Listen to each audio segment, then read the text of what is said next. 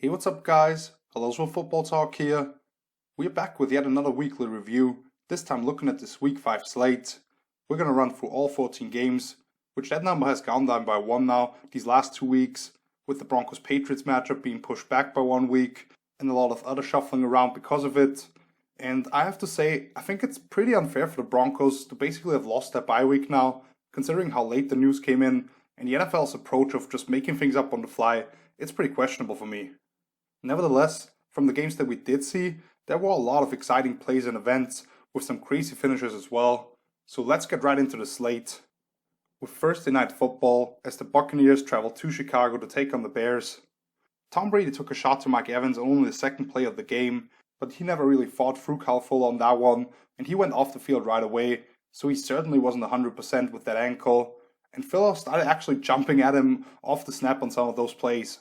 Instead, 5th round pick Tyler Johnson from Minnesota became the feature guy in the passing game early on for them. He made a big catch around of a post route, where he bounced off a couple of hits to set up a Mike Evans touchdown on a slant route at the goal line, after a curious call to rule down Ronald Jones at the 2-yard line after a juggling grab. And on the drive, Brady got hit on the off-arm on a ball that ended up being overthrown for tight end Tanner Hudson, who couldn't hold on to the ball in the ensuing 3rd down, and they had to settle for a field goal. Overall, I thought the 43-year-old quarterback did a good job moving around in the pocket to avoid the rush. Brady hit Gronk on a deep out on that first drive, but watching that guy try to get out of a pivot route or run after the catch, he just looks so slow and broken down. Ronald Jones, on the other hand, he continues to impress me with his ability to create on his own and how much more physical he's become as the ball in his hands. Once early on, Roquan Smith had him dead to rights for a tackle for loss, but Rojo spun off that hit and went on for another 11 yards. But also just a leg drive and how he keeps the pile moving, that's just great stuff.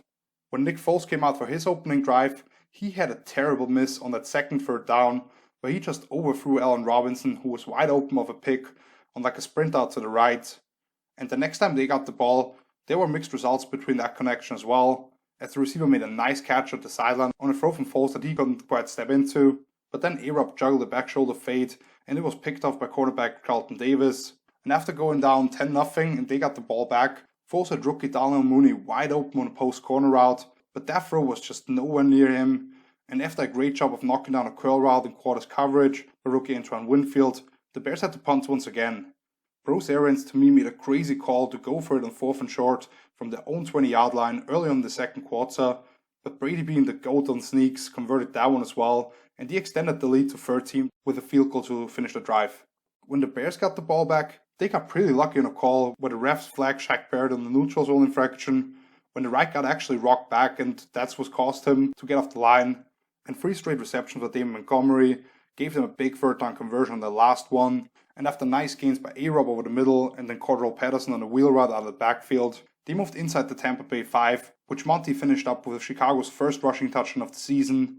And after the Bears cut into the lead with a touchdown, right after the 2-minute warning, Kyle Fuller just put a lick on rookie running back Keyshawn Vaughn of a simple dump off on 3rd down. The rookie fumbled the ball, which set the Bears offense up inside the Bucs 30, which a couple of plays later was finished off by a touchdown on a one-handed grab by Jimmy Graham. So after Chicago's offense could not really get anything going early on and was held scoreless until the 2-minute warning, all of a sudden they were up heading into halftime. I thought it was funny that the Bucs coaches told Brady Pinion to get all of his kickoffs through the end zone to not give Cordell Patterson a chance to make something happen, but some of the return men caught it in front of the end line all the time and was like one broken tackle away from going the distance on most of them, I felt like. When Chicago got the ball back after halftime, they went 3 and out right away, while a big Rojo run got the ball back into field goal range for Tampa after just the first play, which was directly followed by Khalil Mack sacking Brady and just flipping rookie right tackle Tristan Wirfs, so the Bucs had to settle for 3 on that one. And thanks to Vita Vea's sack, the Bucs defense forced another 3 and out, and after a penalty on the ensuing punt, Brady and company was set up at midfield yet again already. The play after getting sandwiched by the 2 edge rushers, Tom did a nice job extending the play and getting the ball to Cameron Braid on a wobbler over the heads of the linebackers on that following 3rd down, but then the Bucs were flagged 3 times in a row, and all of a sudden it was 2nd and 34, which they could not overcome. So of course you could see them Brady being fired up on the sideline, and either they have to change things around, or he'll have to get used to the fact that this isn't the super disciplined Patriots anymore. When the Bears got the ball back, they methodically worked their way down the field with short passes out of spread sets, until Foles went to Robinson on a fade route. Badly underthrew that one actually, but to the point that Carlton Davis panicked a little, didn't turn his head, which led to a big PI call on third down. JPP got a sack on Foles, which held Chicago to a field goal after a drive of over 7 minutes. Khalil Mack was dominant in this one, after those two Bucs tackles pretty much shut down the Chargers pass rushers a week earlier. Number 52 wrecked job on those guys, and he ended another promising drive for Tampa with a big sack, which led to just 3 points for the visitors, which was kind of the theme of the second half to go along with Brady getting hit. Tampa's defense seemingly did its job, but a questionable roughing the passer call on Shaq Barrett extended that drive when it was already 3rd and long. He wouldn't surrender another first down, but the offense didn't really help them out a whole lot, as they threw 2 incompletions and only took 16 seconds off the clock, costing the Bears just 1 timeout as well. A short punt had Chicago almost at midfield already, and after the Bucs allowed Anthony Miller to pick up an easy first down on an out route, once again Foles hit one of his backs, this time Monty, on a wheel route along the left sideline, with A-Rob doing a great job of avoiding a flag on a pick, and that set up the field goal to put the Bears up by 1. So now with no timeouts left, the Bucs had to go quickly, but outside of 1 first down and an initial play to Big Mike, none of those guys could come through for them, and they turned it over on downs. We've all seen the picture of Brady holding up 4 fingers, thinking that he had another down. He could not quite get it to Cameron Brate on 4th down as he was working down the seams, and all the Bears had to do is take 1 more knee then. To me, the Bucs were clearly the better team on the day, but bad sacks and penalties kept them from cashing in for touchdowns. But as bad as that loss is for them, the injuries to Vita Vea and Carlton Davis on that final defensive possession for the Bucs, they could be huge. Vea will be out for the rest of the year after he had been dominant so far on the inside, while Davis could be out for a couple weeks as well, and they need him to match up with those physical X-receivers on the opposing team every week.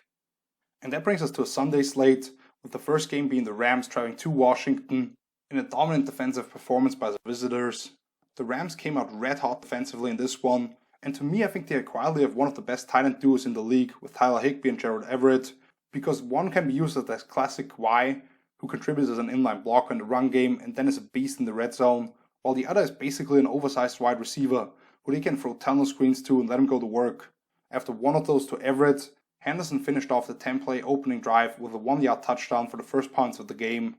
Washington countered with a 10-play touchdown drive of their own, finished off by the new starting quarterback Kyle Allen on a 7-yard scramble. But after defensive pass interference on the ensuing 3rd and long for the Rams, it was a 44-yard strike to Robert Woods for a touchdown that set up a little run for LA. Sean McVay drew up a sharp play off play action on that one as he motioned Woods from the Z position out of the tight bunch to the opposite side, and I think Washington just got mixed up a little with the rules in that moment, because I felt like Kendall Fuller thought he should have switched to cover 2 against that 2x2 set and stayed home in the flats, putting Landon Collins in a tough spot where he had the X on a post corner route and Woods was just streaking free on a wheel route after he delayed his release a little. The Rams defense forced another punt after that one, while the offense continued to hit on chunk plays in the run and pass game, soon extending the lead to 13, thanks to Goff being completely unaccounted for in a naked bootleg near the goal line and just waltzing into the end zone.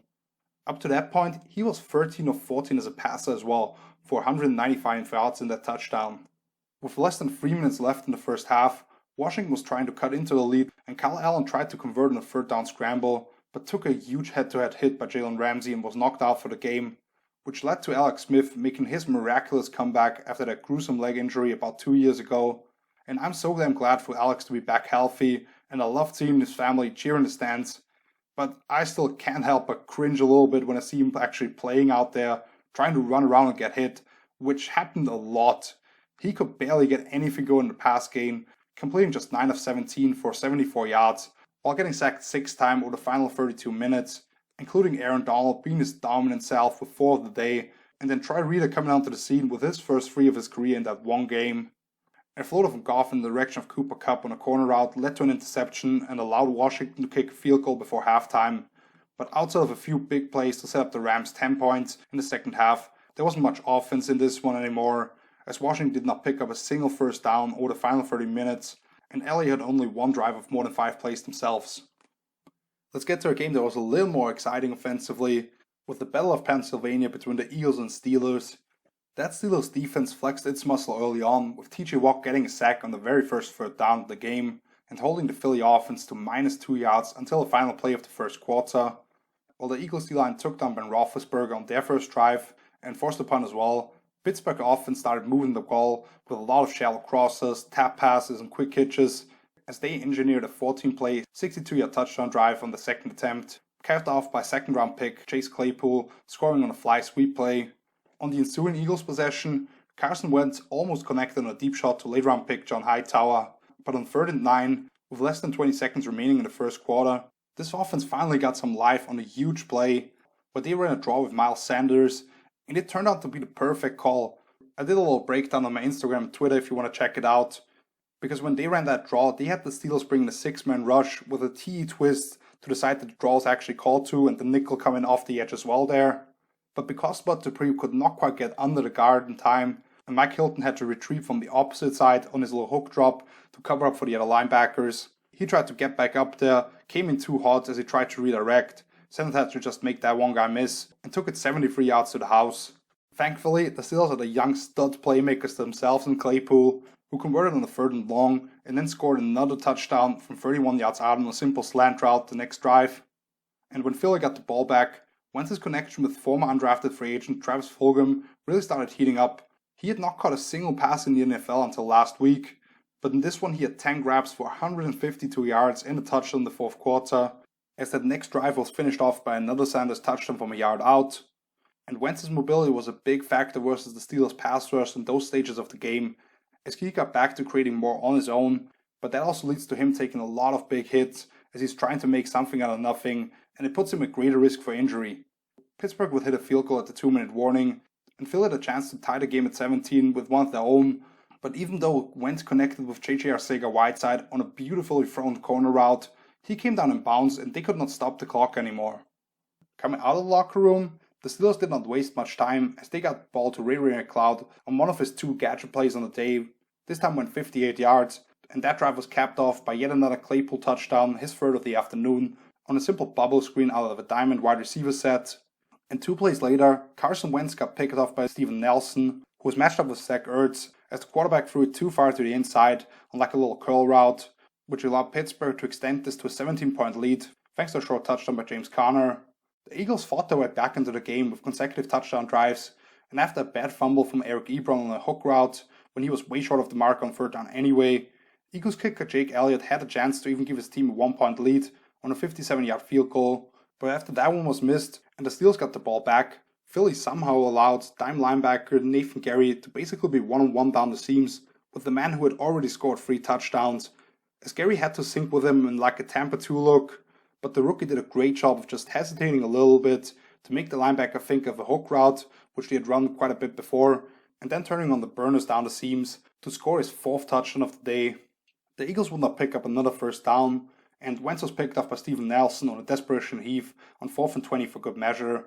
The DB should have actually just knocked it down to get the ball inside the Eagles' territory already, but he needed to fill up a stat sheet too. And now with Dallas losing their starting quarterback for the rest of the season, which I'll get to in a little bit, and the other 2 teams just catching L's as well, Philly should be favored to win the division, but more due to the inability of their fellow rivals. While Pittsburgh remains at the top of the most competitive division in the NFL in the AFC North, where both the Ravens and Browns had impressive wins of their own right. We get to the game that I want to spend the least amount of time on pretty much, with the Cardinals blowing out the Jets once again, and the reason I don't want to talk about it too much is because the Jets are an absolute mess, and until Adam Gase is gone and they start playing good football, I'm not sure how much they deserve to be talked about, but I want to give Arizona their respect as well. We started the game off with 3 straight 3-and-outs combined for both teams, until the Cardinals got on the board with an 8-play, 89-yard drive, capped off by Chase Edmonds busting loose on the 29-yard score, as he cut up behind the sift from the tight end being motioned in, and had a huge hole to run through. Le'Veon Bell got the Jets a first down with a couple of nice runs on the next drive, before having to punt again, and after the Cardinals were forced to give it back, the Jets actually had by far the longest drive of the afternoon for them, including a rare Joe Flacco scramble to convert on 3rd and 7, but after 14 plays, covering 8 minutes, they still had no points to show for it, as the defense stuffed Bell on the 4th and inches just outside the Arizona 10. Thankfully, the Jets defense came up with a big play as the blitzing linebacker tipped the ball up for Avery Williams to pick off, but in classic Jets fashion, they got flagged for the layoff game after a turnover, which set them back a little and forced them to settle for 3. Arizona made sure to keep distance to Gang Green with their 10-play, 75-yard touchdown drive, including a 3rd and 15 conversion, when Kyler knew he had a free play and pulled the ball down like 3 different times before hitting Andy Isabella, crossing the deep middle of the field, and an absolutely beautiful honey hole shot versus cover 2 to Christian Kirk, running a wheel route out of a bunch set. Before the quarterback finished the drive off himself with his legs on a little read option play with a lead blocker in front of him, and Kyler throughout the game had forever in the pocket. On the other hand, the Cardinals defense was able to put pressure on Flacco and came up with a strip sack, which after a 30-yard grab down the seams from Chase Edmonds, set up a field goal just before the half to make the score 17-3. And in that second half, Jamison Crowder got wide open on a cross and up for 52 yards, which a few plays later was followed up by another hookup with a shifty receiver for New York that gave them the first and only touchdown of the game on like a delayed in-breaking route out of a wide receiver stack. And when Arizona got the ball back, they went for 4th and 1 from their own 39-yard line, something that they've been very aggressive with. But Kyler once again could just sip a cup of tea back there before getting the ball to a wide open Darrell Daniels, who would go on for 31 yards on an otherwise pretty methodical drive that was finished off by Kenyon Drake finally getting into the end zone again. After the Arizona defense forced another stop thanks to a couple of sacks of blitzes, Kyler hit DeAndre Hopkins for 2 huge sideline shots, combining for 82 yards and another touchdown to pretty much seal the deal. The Jets would have another 12-play 40-yard drive that they ended up turning it over on downs, as there were no dynamic plays all day outside of that one shot to Crowder, and I think that was their only play of more than 15 yards for the Flacco-led offense. Overall, they were 4 of 15 on 3rd and 4th downs combined and averaged a minuscule 4.5 yards per play. That brings us to our upset of the week, with the Raiders beating the Chiefs at Arrowhead. And that Raiders offense really opened up with the deep ball this past Sunday. Nelson Aguilar scored from 59 yards out, and their first round pick Henry Ruggs went over 70 in his score. I really believe that the rookie is what makes Carr comfortable with stretching the defense vertically, and even though it's obviously not that easy, the Raiders are now 3-0 with Ruggs in the lineup and 0-2 without him. He came up with a huge 50-50 ball to set up the game's first points on a field goal for the visitors, but Patrick Mahomes answered quickly with a big completion of Travis Kelce, who was huge all day long, 8 grabs for 108 yards and a touchdown later on, and then Mahomes easily scored with his legs. When the Raiders got the ball back on their second possession, Carr was picked off by Bashard Breeland as the ball was a little too high on a deep crosser from Darren Waller off play action, and a couple of plays later, Tyreek Hill made the score 14-3 on an end around. At that point it felt like we might have a blowout on our hands, but instead the game turned into a shootout in the first half, with those long balls for Carr, which got us to halftime tied at 24. In the second half, Mahomes showed surprisingly poor pocket presence at times, leading to a couple of big hits, and once when he tried to escape to the right, he was even caught behind from Max Crosby, who had come all the way around the arc, and if not for Mahomes' superhuman-like hands, the ball would have come out as well. And there was just no room for rookie Clyde Edwards-Helaire, as I felt like they should have gotten him going downhill more, instead of always delaying things with sweep fakes and other eye candy. Las Vegas started churning the clock with Josh Jacobs and that bruising run game, even though when you look at the numbers it wasn't overly efficient, but they stayed patient with it and they got the conversions that they needed. Once Carr sneaking ahead on the 4th and inches from the opposing 15 to set up a touchdown for the running back, even fullback Alec Ingold got a big 3rd down conversion after catching the ball in the flats and just going through the defender. But when they needed it most, up by 6, Carr sidestepped the rush and hit on end throw for a 50-plus yard completion to set up another field goal and extend the lead to 9 and make this a 2-score game. Casey got to 4th down and were forced to go for it on the next possession, but Raiders safety Jeff Heath came up with the first interception of Mahomes on the year and took it back to the opposing 3-yard line, with Jacobs leaping over the pile to extend this to a 40-24 lead. Mahomes would take his offense 75 yards in just 8 plays and get the touchdown to Kelce, plus connected a 2-point conversion after extending the play and making another unbelievable throw. But when the Raiders got the ball back, Jacobs picked up 1 first down, and when they got to 4th and 1 in opposing territory, they closed out the game with another sneak from Carr to run out the clock. So it was really the Vegas offense actually stopping the comeback attempt, because I don't think any defense could have, as Mahomes was starting to make some absurd plays again. This is a huge win for the Raiders, their first one in Kansas City since 2012, and they avoided going 0-3 these last 3 games against likely playoff contenders, while proving that they won't be pushed around by KC anymore. Let's move on to another divisional rivalry, with the Jaguars going to the winless Texans, and in their first game after freeing themselves of head coach/GM Bill O'Brien, as the Texans were hosting their division rivals, neither team got on the board in the first quarter until the Texans hit a field goal a minute into the second period, capping off a drive fueled by a couple of nice third down conversions from David Johnson and Deshaun Watson extending the drive with 2 improvisational plays. When the Jaguars got the ball back, they were the first ones to actually get into the end zone, hitting Keelan Cole in the corner route as the number 3 receiver in a trip set.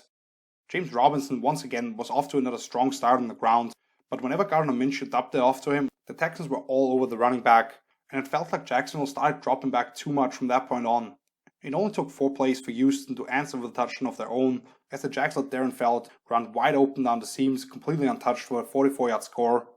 After that, Jacksonville went straight back down the field to Houston's 3, spreading the ball around between everybody, but Stephen Hauschka, who had been brought in to replace their original replacement of Josh Lambo, missed a chip shot 24-yard field goal wide to the left. Thankfully for the Jags, Deshaun on the very next play for the Texans threw a wobbler intended to Will Fuller on a dig route and had it intercepted by the forgotten former first-round pick, Sidney Jones. So Hauschka had another chance to redeem himself from 49 yards out, but he was flat out short on that one, which got us to halftime, and Houston came out of the locker room with Deshaun throwing some strikes, just threw it over the head of his running back Johnson on a corner route out of the backfield, as the QB bought time inside the pocket and took a hit while releasing the ball.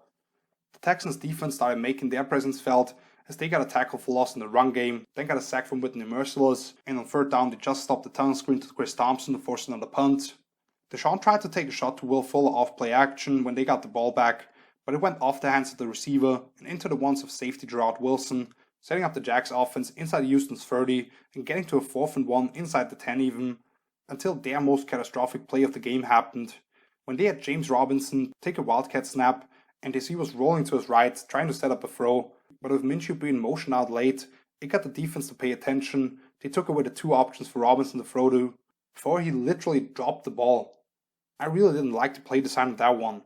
And right after that, the Texans got Johnson and Watson around the right corner for nice gains, before hitting Cooks on a deep over on a hook route over the middle, and then Deshaun hit Fuller on a deep crosser. He actually had to go down to the ground to make that catch, but with the safety not having touched him, he quickly got back up and went the last couple of yards untouched to make the score 20-7. On the next drive, Minshew hit Chris Conley on a 51-yard bomb to set up the offense inside the opposing 5 a couple of plays into that drive, and when they were going for it in 4th and 1, we saw some Minshew magic as he got away from the rush and hit the rookie undrafted free agent Colin Johnson to make this a 1-possession affair once again. But Watson on the second play of the ensuing drive hit Cooks for another 36-yard gain to set up a Kaimi Fairbairn field goal and create a little separation once again. And then the Jags quarterback got himself into trouble on the 3rd and long as he tried to extend the play once again, but got stripped from behind by Josh Martin, which after recovering was followed up by a Cooks touchdown on the ensuing 4th down. And Brandon Cooks really had his best game in the last 2 years, catching 8 passes for 161 yards. Jacksonville would drive the ball up to the Houston 32, and Keelan Cole just got his fingertips on a deep ball from Minshew. They could have at least made this thing a little more interesting, but the only real consistent pass catcher for the Jags offense was rookie Laviska Shenault, who led the team with 7 grabs for 79 yards. 2 David Johnson runs for 40 yards ended up closing the game, and Romeo Crennel got the W in his first game as interim head coach, with players saying afterwards that this was finally fun again. A completely one-sided divisional clash came with the Bengals traveling to Baltimore. The Bengals offense started things out with a 3 and out, and after the Ravens got a big play in the form of a 42-yard gain on an end around to third-round pick Devin Duvernay, they got on the board first with a field goal from the still perfect Justin Tucker. And after Cincinnati turned it over on downs, trying to convert from the Baltimore 37, the Ravens went on the 15-play drive from that point on, with Lamar Jackson trying to fit balls into some tight windows, and even one while getting tackled. That drive was finished off by a strike to tight end Mark Andrews on a hook route in the end zone, and when Cincinnati got the ball back, first overall pick Joe Burrow made his biggest mistake of the afternoon, as he just carelessly threw it up for his receiver on a deep curl route, and the ball went over the guy's head and right into the hands of the ball magnet Marcus Peters. As bad as that decision was, however, the Bengals first had a major fuck-up in protection, as they allowed a free runner right up the A-gap who was already lined up there before the snap. A few plays later, Marquise Brown caught a touchdown on a little stop route against zone off a designed rollout to the right for Lamar, and this was the most involved game so far for Hollywood, who had 6 catches for 77 yards and a touchdown. And then already up 17-0, Baltimore's first-round pick Quadrick Queen, who had plenty of practice against Burrow at LSU, got the trifecta against his former teammate with a sack, plus strip and the fumble recovery. He would scoop up another fumble later and take it to the house from 53 yards out after yet another forced fumble from Marlon Humphrey. That Ravens defense made life tough on Burrow all day long, with tight coverage downfield and rushing him as a group. In the second half, things didn't get a whole lot better as Baltimore continued to clamp down, and once Burrow even missed a layup on a running back screen, pretty badly actually. It took Cincy until less than a minute left in the game to finally get on the board with a field goal to just avoid the shutout. And what is crazy about that stat sheet for the Ravens defense is that 5 of the 7 sacks came from defensive backs. Second round running back J.K. Dobbins started staying on the field and getting featured at the end of the first half, including a big run around the left side for 31 yards and 3 catches. But for some reason, he only got that 1 carry, and I just think Baltimore should unleash that guy. The Ravens defense was awesome, making Burrow look like a rookie finally, but the offense is still not rolling necessarily, as they did capitalize off a couple of short fields, but still only ended up with 27 points.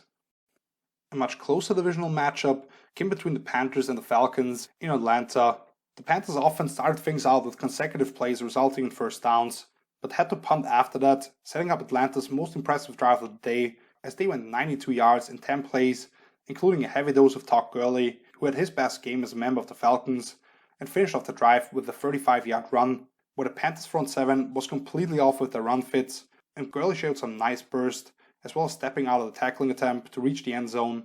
Unfortunately for Atlanta, it would be the only time they got there all game, and Carolina's really starting to get famous for the long, time-consuming drives with short passes and an effective run game, as they converted 4 third downs, including a couple of strikes from Teddy Bridgewater, and they went 14 plays overall before getting on the board with an easy field goal for Joey Sly.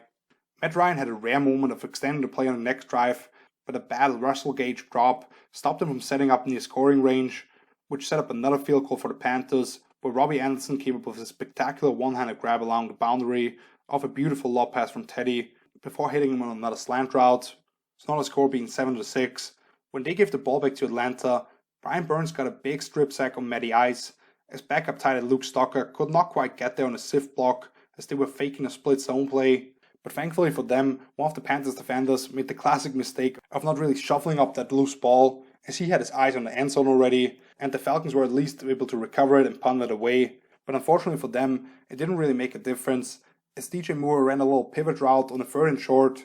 but instead of just converting, he took it 57 yards all the way to the house. Atlanta had another chance to answer just past the 2-minute warning, but Brian was almost picked off and then got sacked on the next play, which allowed the Panthers to extend their lead.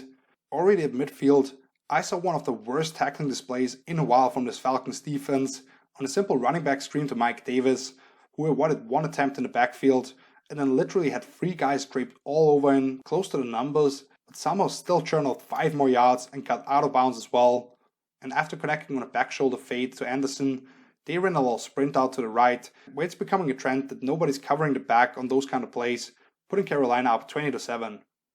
The Falcons did cut into the lead with a field goal to start the second half, thanks to Gurley picking up 45 yards in 3 plays, and the Atlanta defense actually forced a stop on their half of the field before the Falcons made this a 1-score game again with another field goal, which was set up by a couple of tremendous toe-tap catches for Calvin Ridley at the sideline and a deep curl from him, but those 3 combined possessions ate up the entire third quarter, and Atlanta was still down by 4. The defense would actually force their only 3 and out of the afternoon, and the Falcons were in position to finally tie the game again. But Ryan was late and behind on a throw to Gage in the end zone, where the receiver didn't do a great job of fighting through the press either. And then Atlanta got back into their old ways, as the defense allowed the Panthers to run 14 plays and take almost 8 minutes off the clock, with Mike Davis running through defenders for 4 fresh set of downs, and a chip shot field goal made this a 10-point difference with only 70 seconds remaining.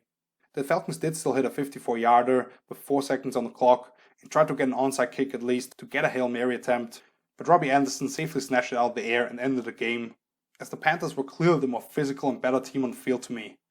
That led to Falcons head coach Dan Quinn and GM Thomas Dimitrov being fired just a couple of hours after the game. On the other side, I have to give some credit to the Panthers here, because even though they beat a team that still hasn't won a game, and I think that 3-2 record is built different than some of the other teams with those numbers next to their name, I should not have had them in the 20s in my power rankings last week. That coaching staff and the players deserve some praise for how quickly they are turning this thing around. Let's go to the most surprising games of the weekend, with the Miami Dolphins just blowing out the 49ers in San Francisco. And before I say anything else, I have to mention how much respect I have for Dolphins head coach Brian Flores, for saying that he wouldn't want the coaches of his kids to play them after a serious injury either, when they aren't fully healthy, and that he won't let the media pressure him into putting Tua out there. That great outlook on the situation was repaid by a spectacular performance from his actual starting quarterback, Ryan Fitzpatrick, who completed 22 of 28 passes for 350 yards and 3 touchdowns with no picks for almost a perfect passer rating. San Francisco's second and third string corners got roasted by Devontae Parker and Preston Williams, and while the Dolphins' run game is never really efficient, they don't abandon it, and with that heavy O-line, they usually convert in short yardage situations. The quarterback on the other end, who was coming off a short-term injury in Jimmy G, had a less inspiring performance. He threw 2 bad picks, where he just let the ball hang in the air, once allowing the single high free safety to grab it out of the air on a moonball to Jared McKinnon on a wheel route, and even worse, with about half a minute remaining in the first half, just carelessly floating one across the field over the head of Deebo Samuel on 3rd and long. The Dolphins went ahead early on the long ball to Preston Williams to put them in the red zone, and after stuffing a 4th down rush attempt by San Francisco near midfield, another deep ball along the sideline to Devontae Parker set up a short Myles Gaskin touchdown. The Niners had one cool play on offense to make the score 14-7 temporarily, as they got a big play from Raheem Mostert around the left edge, and then had Kyle Juszczyk get into the end zone untouched from 7 yards away, as they faked the toss play to Mostert, and the fullback used the defensive flow against them for an easy touchdown. However, Fitzy hit Parker on another go route where he just blew by his man, and then Mike Gesicki got loose for a 70-yard gain as he badly beat Jaquiski Tartt 1-1 and then ended up in a field goal before Jimmy G then tossed his 2 interceptions, which led to another 6 points before the half. The 49ers coaching staff benched Garoppolo for CJ Beathard in the second half, and they should have, because they ran the ball quite well up to that point. Well, he could not deliver and gave the ball away twice, but you also have to question the decision by the medical staff to even let the quarterback play when we saw that the ankle still wasn't right because he just couldn't drive the ball properly. This was a humiliating 43-17 blowout, and to me the shocker of the weekend, even though I thought this could be a close game. The Niners now have to make a decision about how long they want to keep Jimmy G out of action, as they enter a brutal stretch of the schedule, and the defense will have to step up again with some guys coming back. Miami, on the other hand, now at 2-3, could be alive for a wildcard spot, even though I expected them to be 1 year away. Let's get back to some divisional action, with the New York Giants traveling to Dallas to take on the Cowboys. There was a lot of scoring going on in this one early on, as I thought when I bet the over 51.5, which got absolutely crushed. The Cowboys were held to a field goal after an 11-play drive to get inside the Giants' 5-yard line, and New York countered up by hitting Darius Slayton for a tremendous toe-tap catch on the sideline, a big run for Devontae Freeman, before they got the ball to Evan Ingram on an end-around for the touchdown. And that guy's a tight end, and they're running that kind of stuff with him. Tells you how athletic he is. And when Dallas got the ball back, Dak Prescott was a little high on the dump off to Ezekiel Elliott, and it went off his fingertips and got picked off by linebacker Kyle Fackrell, who took it back 48 yards for the touchdown. Big Blue would force a 3-and-out defensively, and then had another impressive drive themselves to set them up for a 55-yard field goal by Graham Gano. After that, the Cowboys had a strong touchdown drive of their own, heavily featuring Zeke and letting him finish the job. And when they gave the ball back to New York, we had our first DeMarcus Lawrence sighting as he got a strip sack on Daniel Jones, and nickelback Anthony Brown took it back for a second defensive touchdown of the game. The Giants almost scored a touchdown on special teams as they faked a field goal and hit Ingram for a touchdown off it, but that was called back for an illegal shift, even though he still got 3 points with about a minute remaining, which was more than enough for Dallas to orchestrate a touchdown drive of their own with big throws to rookie CeeDee Lamb. And when they got into the red zone, they basically ran the famous Philly Super Bowl play from the division rival Eagles with a perfect throw from Cedric Wilson to Dak for the 11-yard score. That got us to halftime with the Cowboys up 24-20. In the second half, the Giants started moving the ball in Dallas territory and seemingly had a touchdown on Darius Slayton, but an offensive pass interference call took that one off the board to move them out of field goal range. But with the help of a 12-man on the field penalty gifted from the Cowboys, Gano was able to hit another 50-yarder. Dallas quickly got themselves in the scoring range as well, but then they suffered their biggest loss of the season, as Dak Prescott suffered a compound fracture and dislocation of his right ankle, knocking him out for the rest of the year. After backup Andy Dalton came into the game and got sacked right away, he had Lamb on the third down, and Zeke finished the drive off in the end zone from 12 yards out before throwing up the 4 for Dak. I feel sick for Dak, and to be honest, I got kind of pissed when seeing Jerry Jones, as that young man who has worked for everything he has is now recovering from such a severe injury without any guaranteed money, and as long as he doesn't have a contract, doesn't include a lot of money guaranteed, I don't think he should suit up for America's team again. I don't know the full story of how things went down, but I do know that Dak put everything on the line, and he actually got hurt on a quarterback draw play, so the coaches didn't try to preserve him either. But let's get back to the game, as both teams went 3 and out after that, before Daniel Jones hit Darius Slayton on a big play, and Wayne Gallman had some nice runs to set up another field goal for the Giants. On the very next play for the Cowboys, however, you saw that Dallas had their backup quarterback and a rookie center out there, as they had an exchange problem on the snap, and the G-men recovered the ball already in the red zone, which a few plays later were finished off by a Freeman touchdown up the middle against the poorest run defense for Big D. And 4th overall pick Andrew Thomas actually caught the throwback pass off a rollout on a tackle-eligible play to put them up by 3. Without a lot of risky play calls for Dallas, and a great job by Kyle Fackrell, who already had the pick 6 early on, to completely shut down a screen to the running back, the Cowboys could at least tie the game with a Greg Zuerlein field goal, setting up Daniel Jones and company with a chance to win it at the buzzer, so to speak. But outside of one nice first down to Slayton, as Jones was scrambling to his right, they could not capitalize on that chance, which set up Dalton and the Cowboys offense with 52 seconds left and all 3 timeouts. Amari Cooper picked up 15 yards on a shell crosser to get things started, and then was Michael Gallup coming up with 2 unreal catches at the sideline on beautiful throws from Dalton, and Zuerlein had the chance to hit a second game winner with time running out this year. From 34 yards out, it looked like he actually hooked it for at least 2/3 of the way, but somehow it sneaked in, and the Cowboys all of a sudden are in sole possession of first place in the NFC East, even though I can't imagine any Dallas fans waking up happy after that one, when the player who has been the only constant for them this year is now gone for the season. Let's see what Dalton can do with his talented offense around him, however.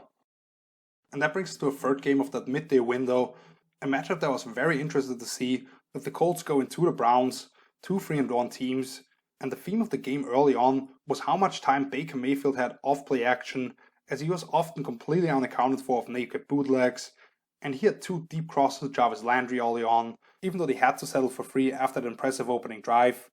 Indianapolis worked their way down the field right away as well, and rookie running back Jonathan Taylor scored the game's first touchdown on 4th down inside the Cleveland 5 as he bounced outside to the left. The Browns had a more methodic second drive when they worked their way down the field in 14 plays, including 1 big grab for Landry, and even though safety Julian Blackmon made an impressive tackle on 3rd and short near the goal line, things were way too easy on the next play for Cleveland, as they motioned Odell across on an ensuing 4th down play and got him a free release on a little flat route to convert, and 3 plays later, Baker extended the play and hit Kareem Hunt in the back of the end zone when he was basically running his 3rd route already, and that was tough to cover. After the Colts tied the game at 10 with a field goal, Baker hit another deep ball, this time to Odell off heavy play action, and he scrambled to extend the drive on the ensuing 3rd down before throwing a strike to Rashad Higgins to put them up by 7. Indy would go 3 and out, and Cleveland kept the theme of trick plays going, as this time it was Odell coming off the end around from the left side and hitting Austin Hooper on the opposite side.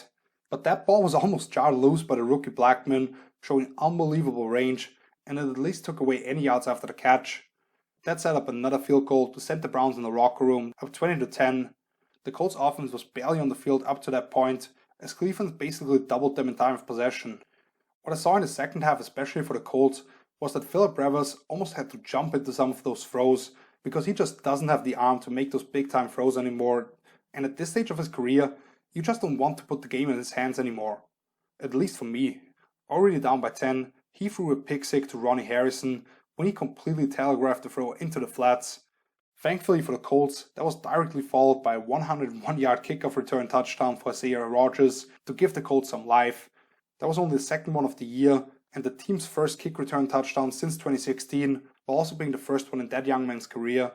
On the other end, Cleveland realized they shouldn't put the ball in the quarterback's hands that much either, as they picked up 1 first down on the ground, and when they finally ran 2 consecutive dropback plays, the Colts sacked Baker, and then he threw a pick to Bobby Okereke, who showed great feel and space to make that play.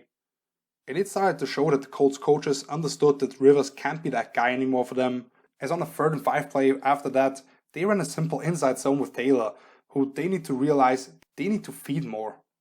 The Colts defense started putting more people at the line of scrimmage with blitzes and tight man coverage, not only to stop the run, but also to get after Baker off those bootlegs. But as Cleveland was forced to punt, They pinned Indy deep in their own territory with a highly questionable decision by Nyheim Hines to fair catch the ball at the 3-yard line.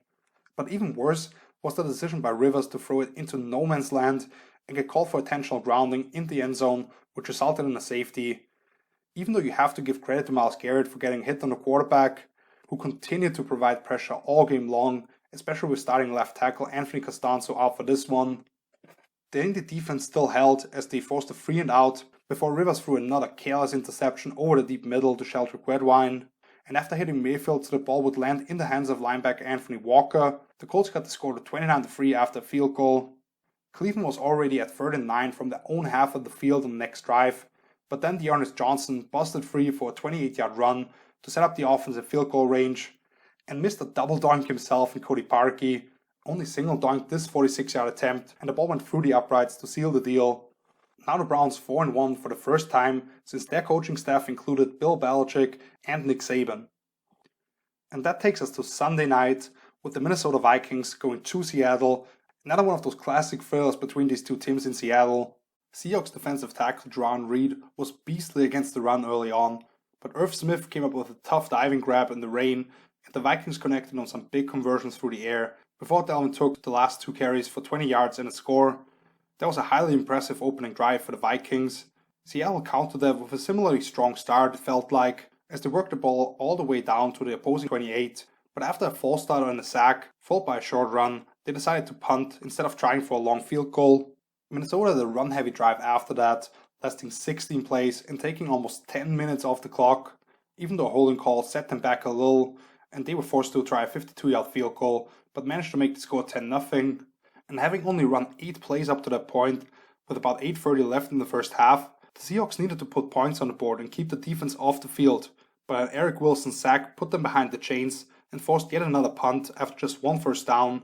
Thankfully, the Seattle defense forced a 3-and-out themselves, including a big stop of Cook on 3rd and 1, but Eric Wilson, who is now in for the injured Anthony Barr, made a big play as soon as the Hawks got the ball back, tackling the running back on a screen pass as soon as he caught the ball 6 yards behind the line of scrimmage. Then rookie James Lynch from Baylor got his first sack in the first game he was active for, and then on 3rd and 24, Yannick Ngakoue got his first sack of the game after being driven just past Russ on a couple of occasions earlier.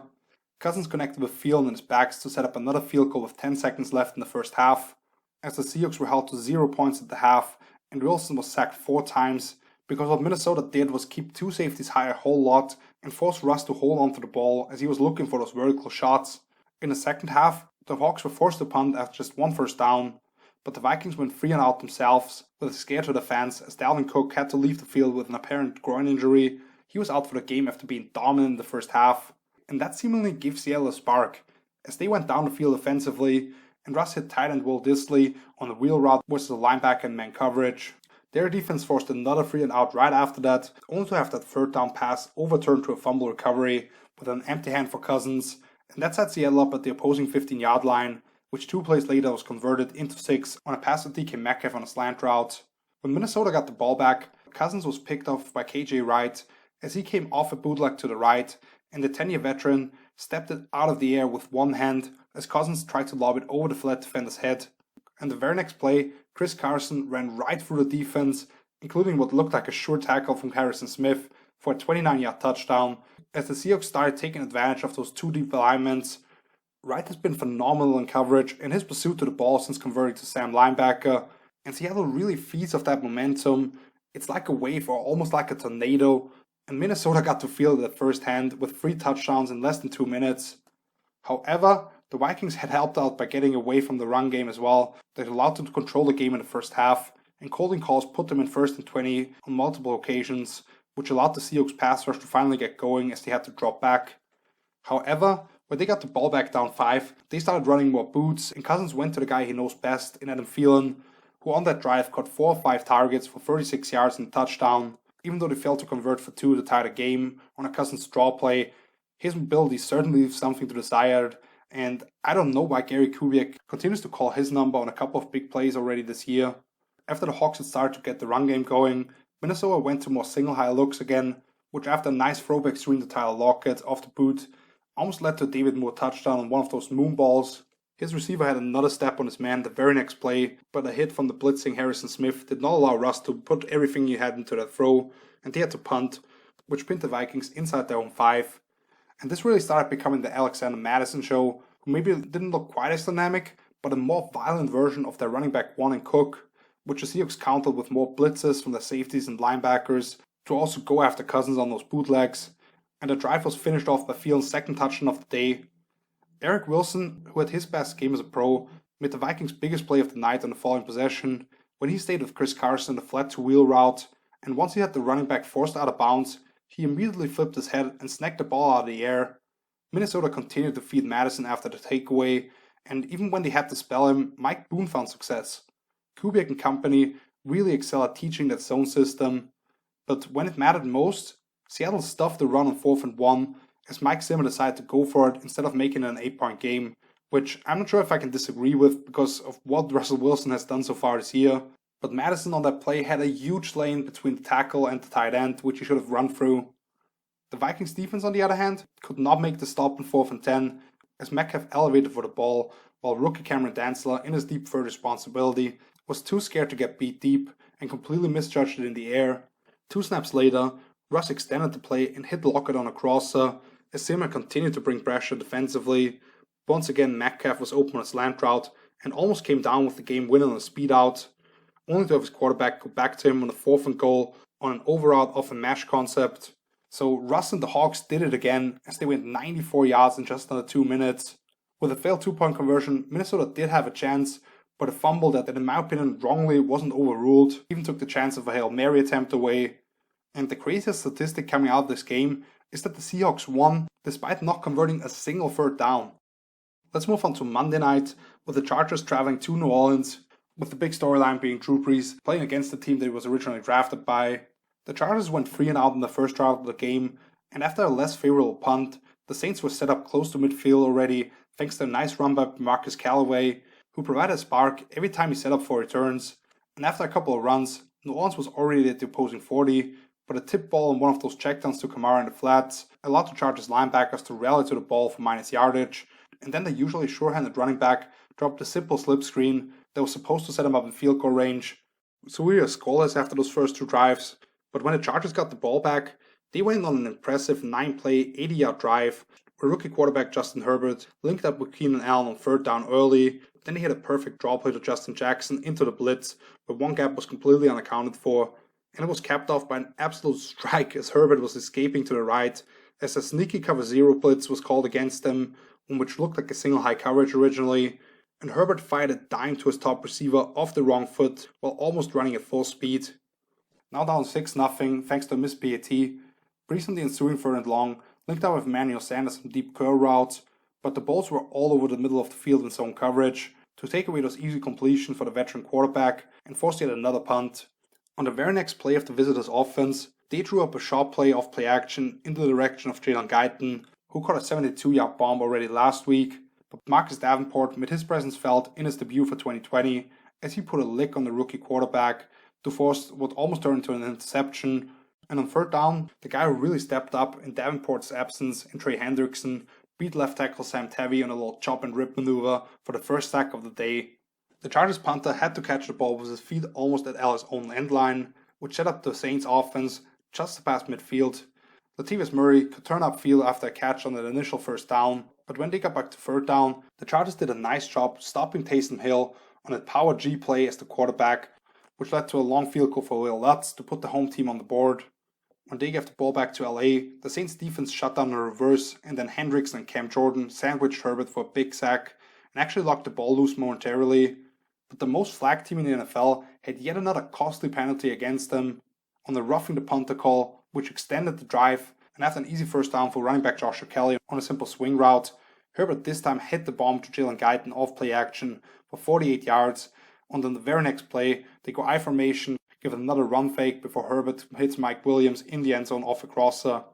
Now with the ball back in New Orleans' hands, you saw the difference for Brees when they drew up a short play on 1st down right away and ran a similar concept with that deep post and the over route, as the quarterback pulled it down and tried to find a shorter option to drop it off to, and with the fullback getting stuffed on a short yardage play, the Saints had to punt once again. The Chargers will call a couple of screenplays to the backs, with Justin Jackson being one tackle away from picking up big yardage on the latter one. But the Saints, after getting the ball back from the punt, Brees had a ball batted down at the line on second down, and then he just threw a duck, trying to fit the ball into his tight end on a crossing route, which was picked off by second-year safety Nasir Adderley, who took it all the way to the Saints' 1-yard line. And 3 plays later, that led to Ellie's third touchdown of the night, with Hunter Henry beating All-Pro linebacker Demarius Davis on a corner route. Both teams sent 3 and out after that, with Herbert releasing a dangerous throw, scrambling all the way to the sideline and just tossing it up to the middle of the field. But once again, the Saints were set up at the logo already, and they finally managed to pick up a couple of first downs, with the 13-yard play being the longest one of the night for them so far. And after a touchdown pass to Emmanuel Sanders was actually called down at the 1, Brees went for one of those famous goal line extensions of his, which could have been costly with under 20 seconds left and no timeouts. Neither team could pick up more than one first down on their initial drives in the second half, before New Orleans got a couple of nice chunks to Emmanuel Sanders, who put on a clinic of route running at times, and Will Lutz hit a 53-yard field goal. The Chargers had already moved into opposing territory on the next drive, but that Saints pass rush really started getting after the young quarterback, and on 3rd and long, it was a blitzing Demarius Davis, who put a hit on Herbert that did not allow him to step into the throw to Mike Williams, because if he could have, there would have probably been another touchdown. Those Chargers D-linemen made life tough on Brees on several occasions as well though, with Joey Bosa and Uchenna Nwosu both getting home on one-on-ones against those great Saints tackles, but New Orleans would answer by hitting Jared Cook on a streak across the field, when the hang defender on the weak side just did not give any help in sync with him, while Drew did a nice job of at least holding Adderley as the single high free safety. Malcolm Jenkins almost changed the complexity of the game, because he had an ill-advised throw from Herbert go right off his hands, and after having to give the ball back up again, followed by a Saints 3 and out, Herbert found Williams wide open streaking down the sideline in quarters coverage, where cornerback Patrick Robinson had his eyes locked on Henry in the slot and anticipated him to break outside again, which happened a couple of plays earlier, but he wouldn't put a hand on the wideout and he scored a long touchdown. And now down by 7 again, Alvin Kamara made a spectacular grab along the sideline to set up Taysom Hill's first trip to the end zone of the season, where Sean Payton took Drew Brees off the field on the most important play of the game.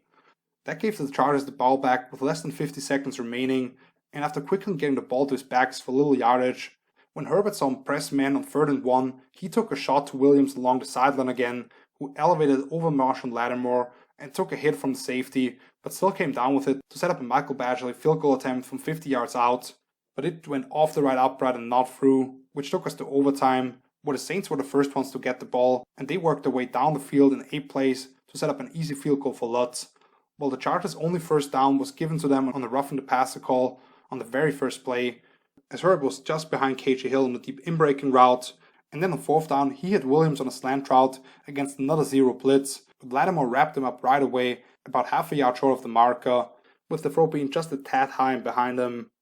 Ellie has suffered plenty of heartbreaking losses in tight games, and a lot of them had to do with kicking miscue, but the future is bright for this young quarterback and this Chargers squad as a whole. And for the Saints, now at 3-2 after losing 2 of the first 3 games, they are now first in the NFC South, thanks to having beaten the Bucs in the season opener already, and they are getting Michael Thomas back, as long as he's not punching teammates in the face, of course. And usually this would end the video here, but we had Tuesday Night Football for only the 2nd time in 70 years, with the Titans taking on the Bills. Tennessee had been the team most closely connected to COVID-19, as their Week 3 games against the Steelers had to be moved back already, and they still had some guys in quarantine, but the Bills were without their starting 2 corners, linebacker Matt Milano, the wide receiver 2 and John Brown, and others themselves. The first time the Bills had the ball, after a couple of Singletary runs, Josh Allen threw the ball slightly behind Andre Roberts on the deep in route, who batted it up so badly the cornerback Malcolm Butler could just grab it and set up this offense inside the Bills' 20, which 2 plays later was finished off by Ryan Tannehill, hitting AJ Brown on a little hitch and go route, after we hadn't seen that guy since week 1. When Buffalo got the ball back, Allen had 3 highly impressive 3rd and long conversions, as he threw a strike to rookie Gabe Davis, scrambled for 1 first down, and then perfectly put the ball towards the sideline with Roberts on a comeback route, before Isaiah McKenzie got into the end zone without getting touched on a little pop pass from the final 3 yards to cap off that 15-play drive. And then after punts for each team, the Titans got a 40-yard return for Khalif Raymond that already set them up at Buffalo 30, and on 3rd and 19, after an offensive PI call, Tannehill got the ball back to Raymond on a simple slant route out of the slot, where he badly beat Teron Johnson and just got to the marker. A couple of plays later, Tannehill got it to AJ Brown all the way to the free off-play action, and the Titans just let Derrick Henry plow ahead twice for the touchdown. The Bills defense continued to not let the big man get going early on, however, as he had only gained 5 yards on his first 5 carries. On the other end, after seeing the Titans defense had allowed the highest yards per rush attempt through the first 3 weeks and being without their top run stopper in the middle and Jeffrey Simmons, I expected the Bills to have more success on the interior, but Devin Singletary got stuffed on multiple occasions early on, and they even went to TJ Yeldon almost exclusively the following possession when they focused on the pass game and ended up kicking a field goal.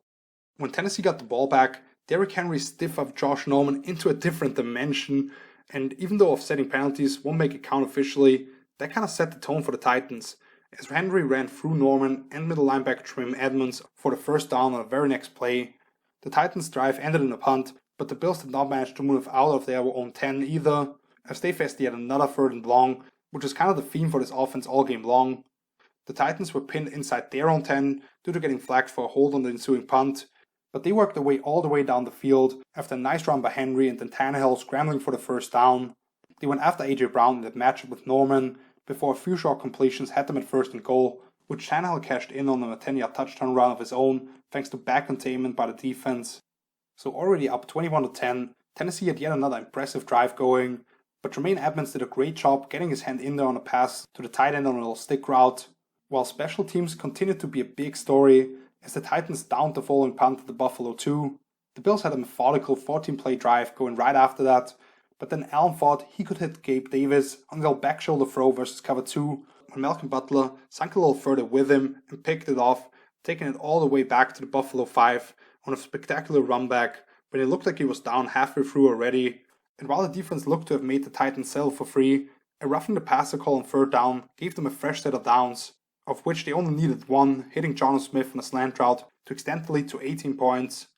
Josh Allen was shuffling around the pocket to buy more time and threw ropes all night long for big conversions, as they were 13 of 17 on 3rd downs, which was also the case when he hit Yeldon in the back of the end zone for a touchdown on the next drive. The Titans, on the other hand, were successful extending drives themselves, however, converting 7 of 11 combined 3rd and 4th downs, and too often they allowed Tannehill to escape right and pick up nice chunks as a runner.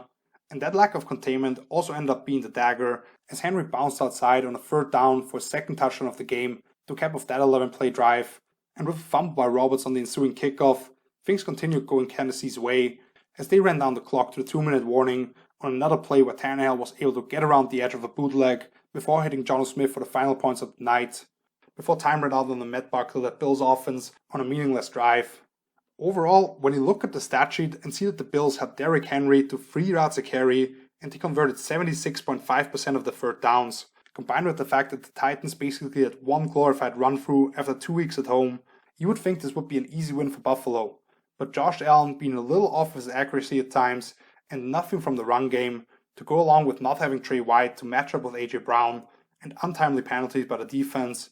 the Titans were up double-digit the entire second half and ended the night with their biggest lead of the game. And this is a big win for Tennessee because while they were at 3-0 coming into the night, the teams they had faced so far still only had 1 win each. But that brings us to the end of a Week 5 recap. Thank you so much for watching. If you enjoyed this video, please leave a like, subscribe to the channel, maybe share it with a couple of friends who are interested in these breakdowns. I'll be back next Wednesday with yet another weekly recap, and right now I'm working on a couple of other things, so maybe I'll put up my ranking of all 32 starting quarterbacks next week on my page, hellosworldfootballtalk.com. Stay posted for that. So, until then, see you later. Peace!